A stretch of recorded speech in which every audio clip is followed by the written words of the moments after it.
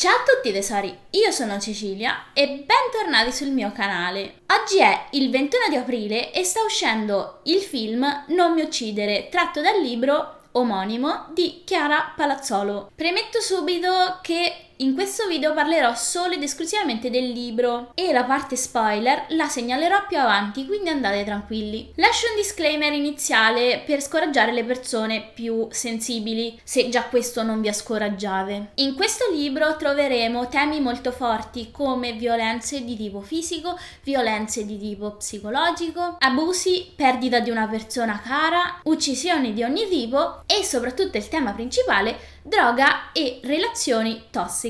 L'autrice infatti è riuscita a scrivere un libro dark romance prima ancora che questo termine venisse inventato e appunto ci racconta una storia d'amore a tinte dark. L'autrice Chiara Palazzolo è nata in provincia di Siracusa e successivamente si è trasferita a Roma. Si è laureata in scienze politiche alla Libera Università Internazionale degli Studi Sociali Guido Carli e finiti gli studi ha collaborato con numerose testate giornalistiche. Tra le più famose abbiamo Il Messaggero e Il Corriere del Sud. Ha vinto svariati premi e alcuni dei suoi libri sono stati tradotti anche all'estero. Quella trilogia Mirta Luna, che è quella che ci interessa, ha dato il via a una sperimentazione linguistica molto particolare, di cui parleremo più avanti. E comprende Non mi uccidere del 2005, Strappami il cuore del 2006 e Ti porterò nel sangue del 2007, usciti con PM Edizioni. L'autrice comunque è deceduta in seguito a una lunga malattia nel 2012. Parlando del primo libro, all'inizio sono rimasta un po' confusa,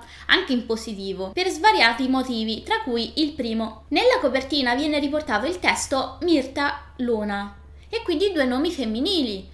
Essendo che io sapevo che stavo per leggere un libro etero e quindi una coppia maschio-femmina, non capivo il perché dei due nomi femminili, ma sappiate che si sta parlando dello stesso personaggio. E l'autrice in una vecchia intervista aveva detto: Mirta è una studentessa umbra, timida e sensibile dentro, in cui si nasconde una personalità emergenziale, aggressiva e feroce, chiamata Luna. Quindi diciamo che Luna è una doppia personalità. PS, avete sentito Umbra? Ok, ci torneremo dopo. La seconda cosa che mi ha confuso è stato appunto lo stile di scrittura, perché come dicevamo prima, l'autrice ha effettuato una sperimentazione linguistica in cui praticamente la punteggiatura a livello dei dialoghi non esiste. Dà l'idea di essere un racconto che si svolge quasi interamente nella mente della protagonista, come una specie di sogno visto da lontano e a volte confuso. A parte l'introduzione, tutto il resto del romanzo è scritto dal punto di vista di Mirta e le frasi sono brevi o lunghe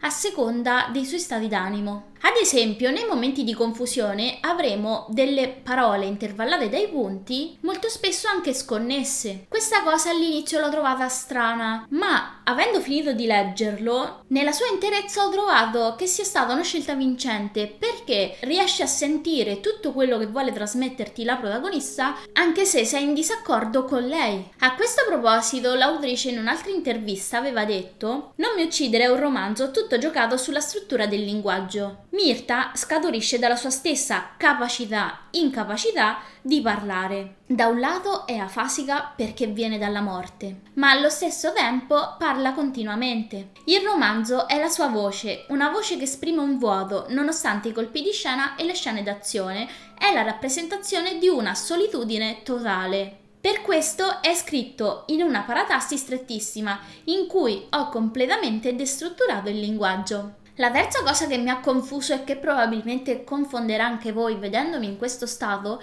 è che il libro ho supposto che iniziasse dalla fine, perché mi aspettavo una storia lineare in cui magari conoscevi qualcuno, ne scoprivi i segreti e poi in qualche modo morivi. Invece no. Qui è tutto l'opposto, infatti il libro si apre con il funerale dei due protagonisti, Mirta, che sarei io, e Roberto, chiamato anche Robin. In questo prologo, infatti, viene detto che Mirta è stata uccisa da Roberto, ma non sappiamo in che modo. E ci viene presentato Muriel, che sarebbe la madre di Roberto, che si batterà fino all'ultimo per seppellirli insieme perché l'aveva promesso a Roberto. Da qui in poi inizierà il libro in cui ripercorreremo tramite i flashback la loro vita insieme e poi andremo avanti per un'altra strada. Ora arriviamo alla parte migliore, che è stata la cosa per me più bella. Vi ricorderete, sì, mi sto gasando tantissimo, vi ricorderete, se avete visto il mio video di presentazione, che io vivo in Umbria. Impossibile dall'accento non riconoscerlo. Ebbene, indovinate un po', questo libro si svolge interamente in Umbria, passando per Perugia, Assisi, Foligno, Narni e Terni. Non lo sapevo e questa cosa mi ha sorpreso tantissimo. Mi sono detta, cavolo, finalmente un romanzo fantasy ambientato in Umbria. Ok, per chi abita nelle regioni popolate, per esempio a Milano o a Roma, non farà né caldo né freddo avere un libro ambientato nella propria regione, perché ci sarete abituati. Ma per persone come me che vivono in Umbria, che è praticamente un posto fuori dal mondo, un po' come il Molise che non esiste.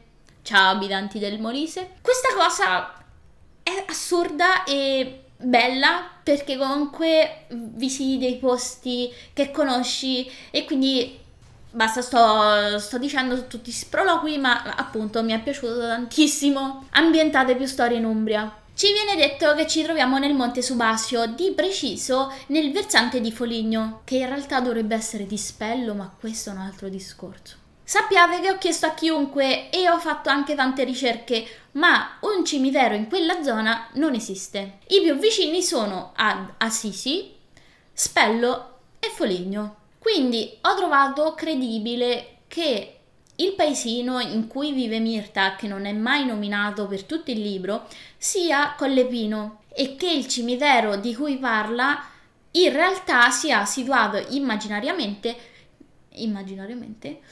al posto della chiesa di San Silvestro. La seconda opzione era che ci troviamo a Valtopina, ma l'ho trovata un po' improbabile. Detto questo, parlando degli altri luoghi, l'ospedale di Foligno non è quello che trovate adesso su Google Maps, perché in quegli anni l'ospedale di Foligno si trovava dentro le mura e ve l'ho segnalato sulla mappa, mentre la discarica non esiste. Non ho modo di sapere se in quegli anni ne esistesse una nei pressi del Monte Subasio, ma diciamo che, essendo che ci viene detto che prende la strada per Foligno per andare alla discarica, ho supposto che si stesse parlando dell'isola ecologica e anche questa ve l'ho segnalata in mappa. Per gli altri spostamenti vi ho messo i nomi delle città che verranno citati, ma non vi ho dato l'ordine. In questo modo non vi faccio lo spoiler, per cui non sapete quando ci arriverete. Però teneteli a mente, così sapete sempre dove vi trovate. Ora parliamo del personaggio di Robin.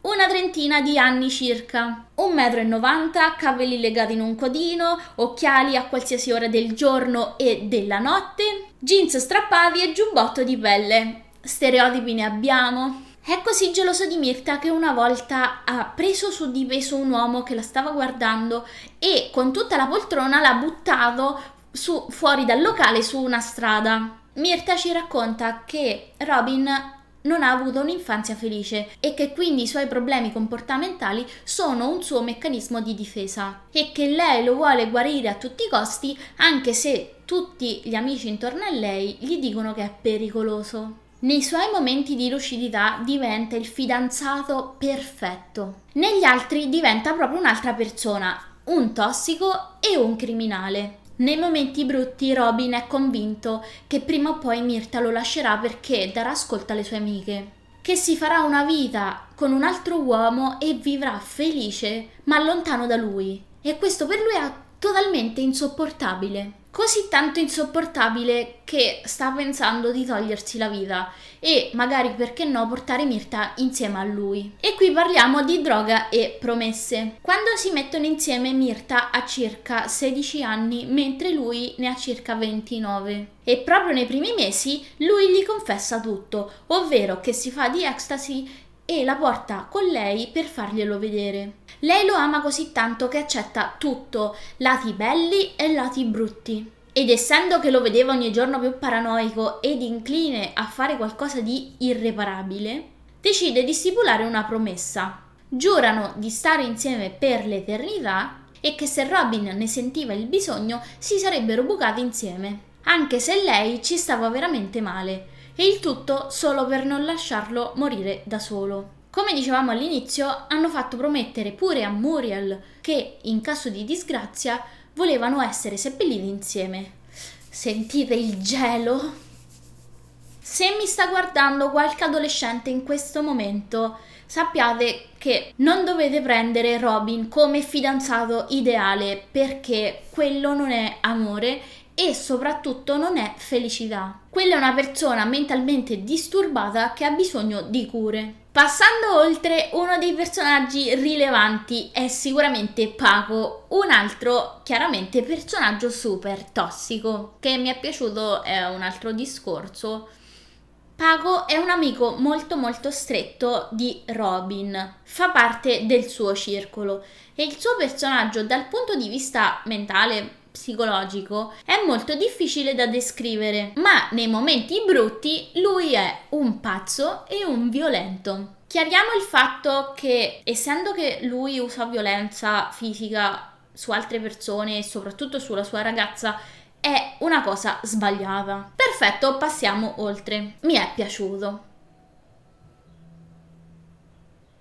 Tra l'altro, nel trailer del film ho visto l'attore che lo interpreta e secondo me, dal punto di vista almeno fisico, perché non l'ho visto recitare, credo che sia la scelta più azzeccata. Cioè, secondo me è perfetto per quel personaggio, sempre dal punto di vista estetico. Quando leggerete questo libro fatemi sapere se questo personaggio vi è piaciuto oppure sono l'unica. In linea generale non ci sono altri personaggi rilevanti in cui posso parlarvi nella parte spoiler free, quindi passiamo oltre. La pubblicità attuale in televisione ce lo sta spacciando come una sorta di remake di Twilight, ma come state ascoltando fino adesso e come lo andrete a leggere, capirete che non c'entra nulla e spero vivamente che nel film non abbiano ripreso troppo della fotografia o dei temi di Twilight, perché sarebbe totalmente fuori luogo. L'autrice è riuscita a pensare a un nuovo tipo di creature di cui non vi posso strettamente parlare perché arriveremo a una vera spiegazione alla fine del libro, ma sappiate che è una specie di incrocio tra uno zombie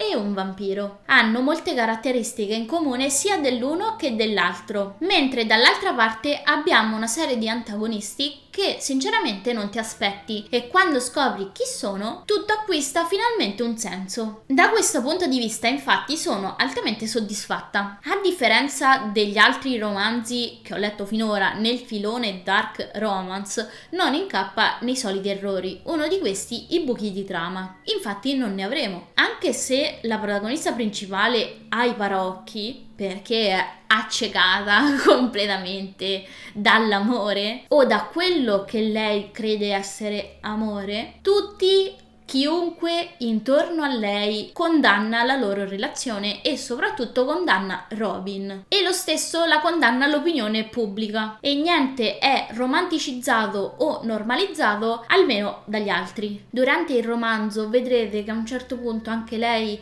condannerà in qualche modo Robin, ma non lo riuscirà proprio ad ammettere esplicitamente. Questa è la mia opinione su questo romanzo dark romance ben riuscito, secondo il mio punto di vista. Sinceramente mi aspetto che nei prossimi volumi, probabilmente alla fine del terzo, spero, riusciremo a vedere che la protagonista razionalizzi un po' di più quello che gli è successo. Detto questo, passiamo alla parte spoiler. Mi raccomando, tornate dopo la lettura del libro ed inizieremo tra 3, 2, 1. Robin è stato uno stronzo, va bene? Questa sua smania di voler morire e portarsi dietro la fidanzata mi ha totalmente gelato, soprattutto perché Mirta ne era propriamente consapevole, giustificandosi con la tipica frase: cosa non si fa per amore?